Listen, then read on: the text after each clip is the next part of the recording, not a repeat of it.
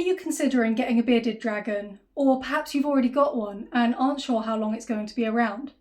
Well, in this video, I'm going to discuss all about bearded dragon lifespans, and I've got Shakespeare here to help me out. Shakespeare here is almost 12 years old, so I've had him for quite some time, and as you can see, he's very used to handling. He's spent his whole life with me and was one of the first reptiles I've ever owned.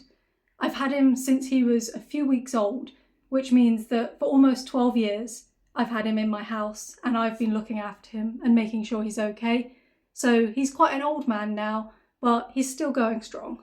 At almost 12 years old, Shakespeare really is in the centre of that bearded dragon life expectancy. So for a captive bearded dragon that's been properly looked after, you can expect them to live around between 10 and 15 years old. Although the oldest one on record was 18 years old. And I wouldn't be surprised if there's been a couple that have lived a bit longer, but maybe changed owners a couple of times so they don't know the full age. This is quite different from out in the wild, where their lifespan would be about half of that, at around roughly 6 years old, give or take maybe like 4 to 8 years old as a range. And this is largely because in the wild, there's not always the chance that they're going to get things like the proper nutrition they need, enough food over a long period of time. There might be sudden weather events like flood or drought, or fires because they're native to Australia where a lot of fires do happen. And they also would be potentially under threat of different predators or people killing them for some reason. And all of these factors will drag down that average age. But theoretically, if they were able to luck out in the wild, there's no reason they shouldn't live as long as a captive one does as well. It's just that quite often they're not going to luck out and they will come across something that will end their life a bit earlier. That's not to say that your bearded dragon is guaranteed to live for that long, even in captivity with everything done right. So sometimes things happen, potentially genetic reasons or accidents, that do shorten the life of your pet anyway. So while I had Shakespeare, a few years into having him, I got a second bearded dragon that I called Bullet.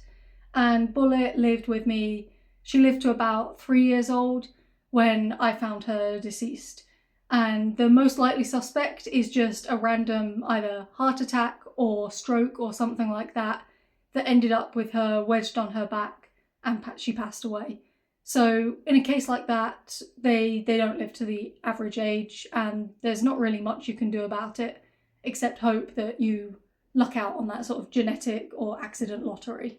Unfortunately, many of them can also pass away because they don't get the right care in captivity. So bearded dragons can actually be quite complex in terms of things like the balance of nutrients that they need and how they get them.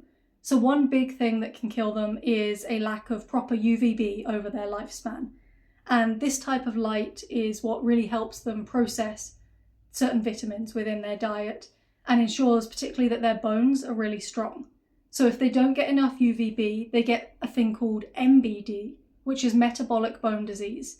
And metabolic bone disease can weaken their bones and cause them to pass away.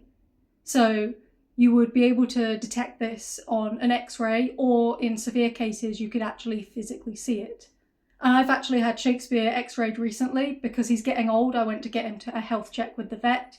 And thankfully he's showing no signs of that, so his UVB system is working correctly.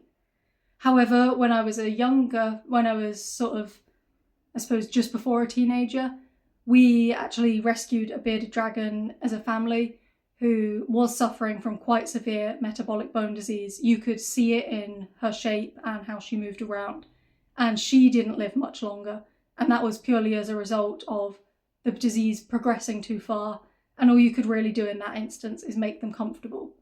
So luckily, if you are keeping up with things like vet checks, making sure that your lights and heat and the food you're feeding them are correct, then there's no reason that they would get metabolic bone disease. So the good news of this video, with the proper care provided to your bearded dragon, there is every reason to suspect that much like Shakespeare has been with me, your companion will be with you for at least a decade, if not more. Shakespeare would very much appreciate if you subscribe to the channel to be able to see more of my videos about bearded dragon care that I've learnt from looking after him over his lifetime.